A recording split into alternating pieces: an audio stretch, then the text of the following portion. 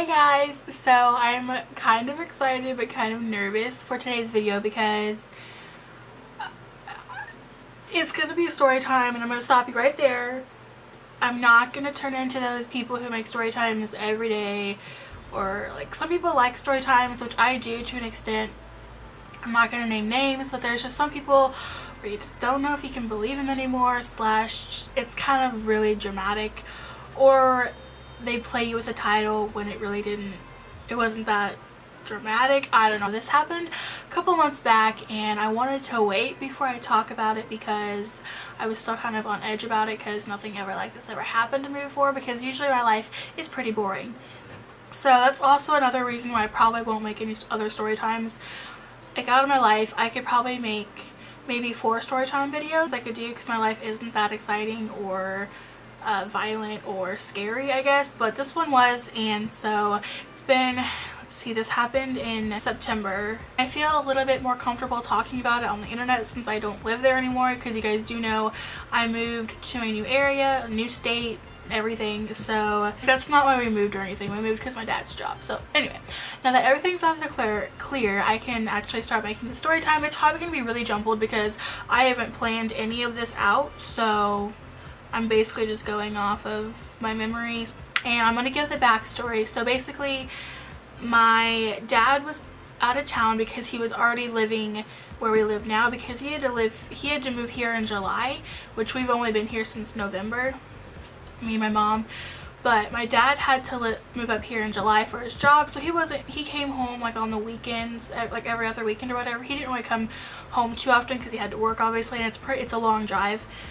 So he wasn't at the house, and then my mom was leaving to go visit him for like a week. She went up there with my dad to go look at houses, and she was going to be gone for like a week or 2 weeks. So being the dumb person I am, because I'm stupid, don't do this, guys, don't do it, I went on Snapchat the day she left. She left like in the morning. I guess I can say the dates. September 6th is whenever she left. And like 2 hours after she left, I got on Snapchat and I was like, home alone for 2 weeks, so that's chill.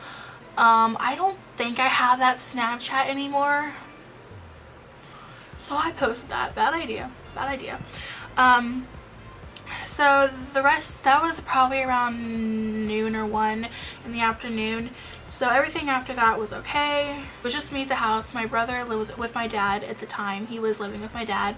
So it was just me at the house, home alone, and yeah, post on Snapchat. Around 10:30 at night, and I was making myself a really late dinner because I didn't eat dinner at that normal time that day. I was just having really late dinner.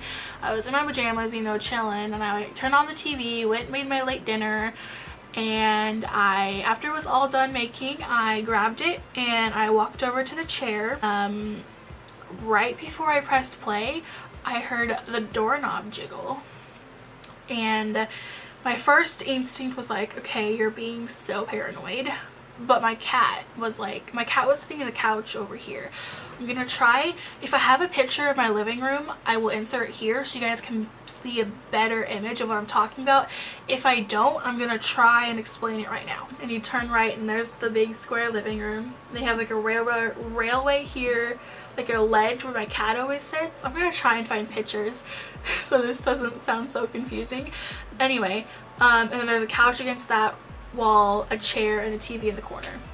Probably doesn't make any sense. I'm really sorry.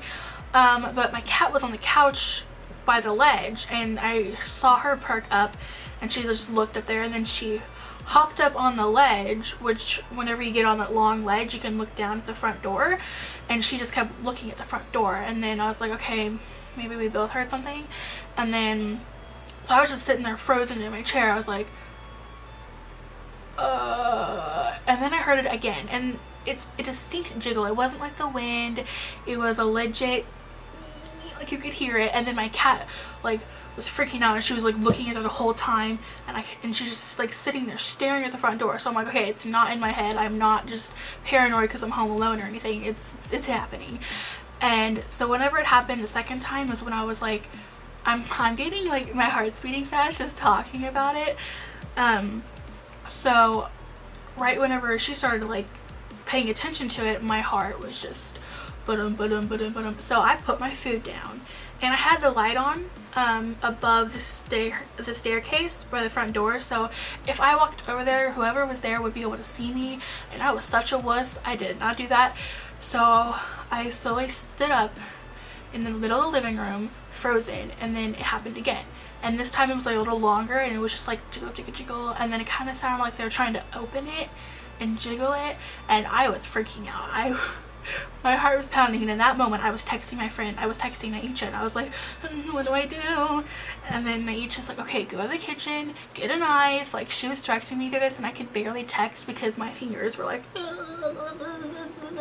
it was, so I walked to the kitchen, and there was like a window in my kitchen, and it was pure dark outside, 10:30 at night.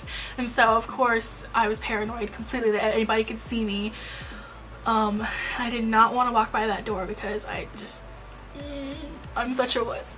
Like, I've never been in I've never been in a position like that, so I didn't know what to do.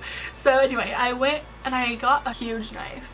So whenever I opened the knife drawer, you know, obviously I didn't have like a long time to think of what knife I wanted. I just went for the first big knife that I saw, and it was this huge knife right here. And I grabbed it. So I grabbed the knife, and this is probably not safe for me to be filming right now. So I grabbed the knife and I walked back in the living room. So I was tiptoeing at this moment, and when I was in the kitchen I couldn't hear anything, so I couldn't hear the doorknob or anything. So I got the knife and I went and stood behind the chair I was sitting in, so I was farther away, and I hear it again. And I wanted to run, and I just wanted to hide, and I was getting ready. I was like thinking of like Criminal Minds, like, okay, all right, what would Spencer Reed do, you know, what would I do in this situation? So I was standing there like thinking like, okay, if he comes in, I'm not gonna hesitate, I'm just gonna go for the stab, I'm not gonna hesitate, I'm not gonna do that. So I was thinking of, how am I gonna fight this? My friend Aisha just like, call the cops, and for some reason in my head I was like, what if it's like a dog? Or, you know, I was thinking of like the silliest thing. I'm like, what if it was a dog? What if it's not someone trying to break in, even though it clearly was, because of the next day. I'll tell you about that. I was like, I don't want to call the cops, you know, like, what if I'm just being a scared teenage girl, when I should have called the cops right then and there, which the cops come in later. So standing behind the chair, thinking of all the ways to stab this person, because I've never stabbed anyone. I've never even literally poked anyone with a needle before, so I don't know how do you jab, how long do you jab, you know. This was all racing in my head, plus I was going like, okay, I'm dying, this is how I die, you know, this is how I die, like, goodbye, I love you guys so much. So I'm laughing now, but in the moment it was a really traumatic event for me, and I couldn't sleep for like a week, but we'll get into that later. Okay, so yeah, so the doorknob jiggled like four or five times total, including the actual trying to open it happened like 2 or 3 times. I was still just standing there shaking, texting Naisha, freaking out, and she's like, what are you doing? You need to call the cops, you know, don't be standing where they can see you, da, da, da, da. You know, she was being protective, and I tried calling my other friend, but they wouldn't answer, and I think I did call Naisha. I'm pretty sure I did call her, and I was like whispering, and it was so bad. She couldn't even hear me because I was trying to whisper so softly. So after it didn't jiggle for a little bit, I called my mom, and my mom laughed at me at first because she thought I was being paranoid, but then when I explained it to her and everything, she started getting worried, and so she called my dad. And whenever she called my dad, the first thing he did was call the cops, because he was worried. Like, he's like, I don't care if it's nothing, I'm gonna call the cops, like, that is my baby girl. And like, I didn't call the cops because like I should have, but I didn't. But my dad called them for me, like, out of state. And so I'm still standing there behind the chair, and I get a call. My mom didn't tell me that my dad called the cops or anything. She just said, I'm gonna call your dad and I'll call you back. But she didn't. And me, if you know me, you know me. If you do know me, I do not answer the phone if I don't know the phone number. If you're not in my contacts and I don't know the phone number, I don't answer. Unless, you know, unless I know I'm going to be getting a call from someone that I don't have their number. But I didn't know. I don't answer phone calls like that. But this number was a in-town number. And with the events going on, I was like, okay, should I answer it? So I answered it, and I was like, hello, this is the da-da-da police department. We got a call saying you have an intruder trying to get in your house. I'm gonna need your name. And then I said the name just to make sure it was me. And so I was on the phone with this guy from the police department, telling him my name, where I lived, what was going on. And he was just doing all the policey things like, okay, we have dispatchers going to your house right now, you know, stay on the line until they get there. Do not open the door unless I tell you to open the door, because, you know, the police will get there and tell him that it's them and not the intruder, so I won't open it for, like, you know, the intruder. So I just stay on the line, and I have really bad social anxiety, so I was like shaking already. Plus, on top of my social anxiety, talking to a police officer, I was a mess. And surprisingly, I wasn't crying, but I was on the verge too. So man, now I understand why people drink water and stuff while they're doing a talking video. It really does dry out your mouth. So when the police people finally get there, I go down the stairs to open the door, and two police officers are standing at my door, and they're like, I was in, what was I wearing? Tweety Bird, I think? Or was it Mickey Mouse? I think I was wearing Mickey Mouse pajama shorts and a really oversized t-shirt and no bra. So, and I don't think my legs were shaved either, so. But obviously I didn't think that whatsoever until they left, and I looked down and I'm like, oh my god, I look terrible. Anyway, back to the story. I get sidetracked really easily. So they asked for my ID, and I'm so mumble jumbled. I'm like, yeah, it's in my car. And they're like, okay, we'll go get it. And then I thought, like, wait, no, it's not in my car, it's upstairs. So I was like, oh, just kidding, it's upstairs. So I sounded like a freaking nutcase because my brain was everywhere. So I went and got my ID, and they got my information. They searched the whole area. They didn't see anyone. They get done with their policey business, and I closed the door, and I think everything's done. So, and they said that they'll have a police car patrol the area every like 10 to 20 minutes for like the next 4 hours, which is really awesome. So after that, they closed the door, went upstairs, called my mom and dad, updated my friends, and I just sat there on the couch just like, what in the world just happened? And I was so paranoid still. And then I get another knock at the door, and I'm like, should I answer that or should I not answer that? And they're like, no, I'm not your police department. And I'm like, but are you really? Because I just had cops at my house, and now you're saying police department? So in my head, I was getting Spencer Read It Up again, or, you know, trying to get my smart cap on and be like, should I get the knife or should I not?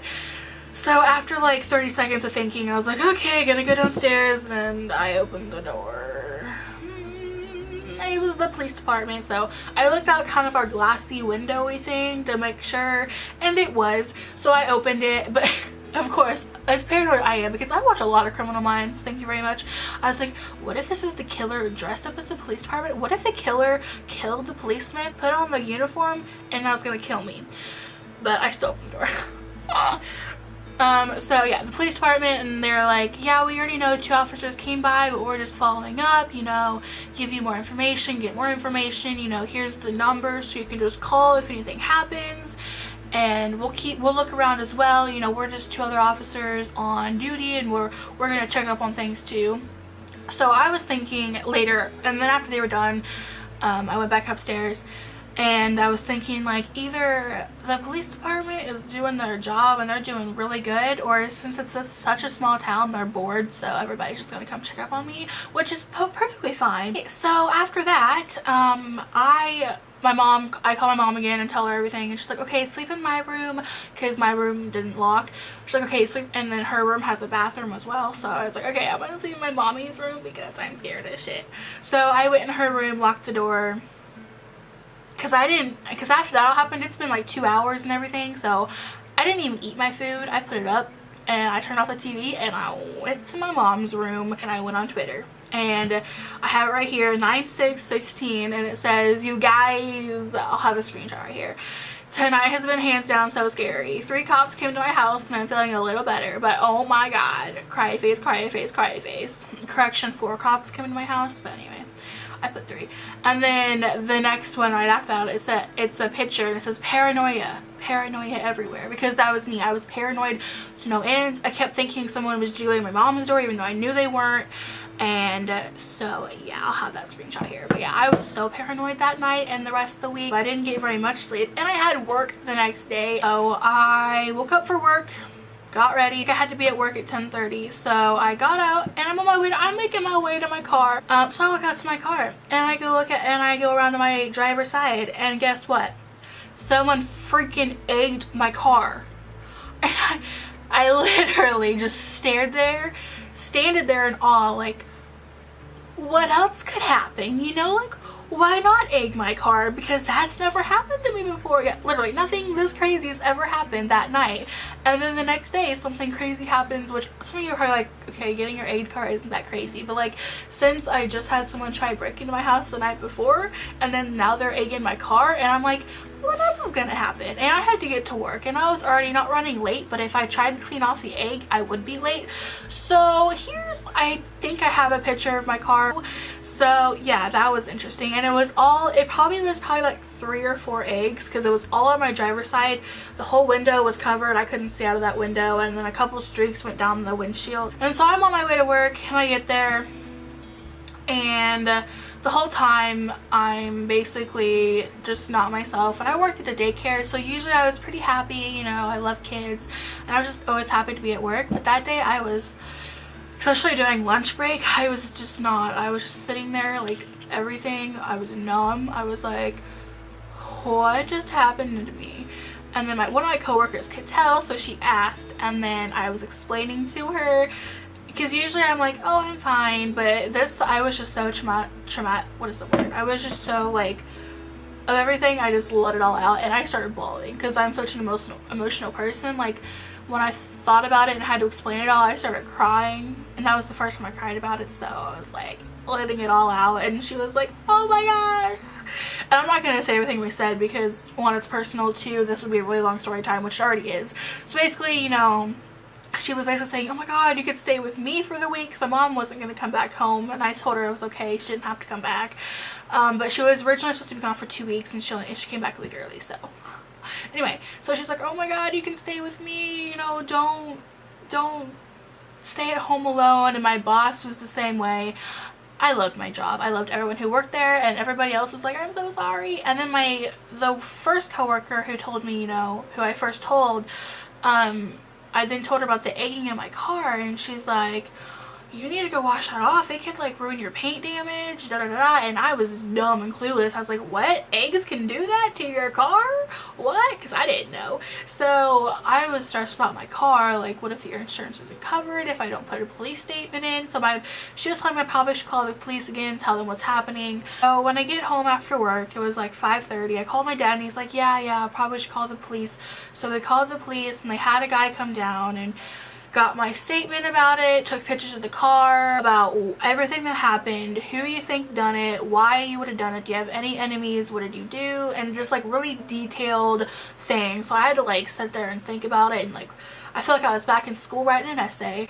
But so after I finished that, they had another police guy come who was there from last night, and he was telling me and the other officer, like, okay, this is obviously the same person from last night trying to break in, because this was not here at like 1 o'clock in the morning when they were there the night before patrolling the area. So they were trying to like get every single detail out of me, and I was like, I have no enemies. None of my friends would do this. I don't have a boyfriend, never did, so I don't have any enemies, you know, like nobody hated me. I didn't hate anybody, you know, there's no reason for someone to do this.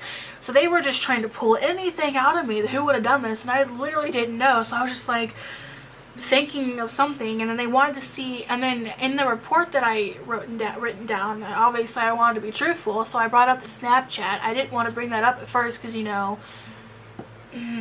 but I brought it up, and then they're like, okay, well, do you still have it? And I'm like, no, I deleted it. Of course I did. I deleted it after the whole situation happened because I was so scared that night, so I deleted it. I was like, I don't want anybody else getting any ideas, because they're basically figuring whoever saw the Snapchat is the one who messed with me, which everybody who saw my Snapchat would mess with me, and I'm like, ah. So yeah, that's basically my story time of when someone tried to break into my house and egged my car. Still to this day, we do not know who did it, why they did it. Nothing after that ever happened, so I don't know. But it was some people out there who've had worse happen to them are probably like, wow, what a dramatic person you are. Well, coming from someone that nothing like this has ever happened to me, pretty traumatic. And then I was staying home alone for the rest of the week, and so I was paranoid to a T. Is that even an expression? I don't know. I stayed with a friend one night, but the rest of the nights I just bared up and stayed at the house and locked the door every night I went to sleep for like a week until my mom came back. It was interesting. So yeah, that is the end of my story time. I hope you guys enjoyed this. Here's a lesson to all of you people out there. Do not post if you're going to be home alone on social media, because you never know. Hope you guys have an awesome day. Happy holidays, and I'll see you guys in my next video. Bye!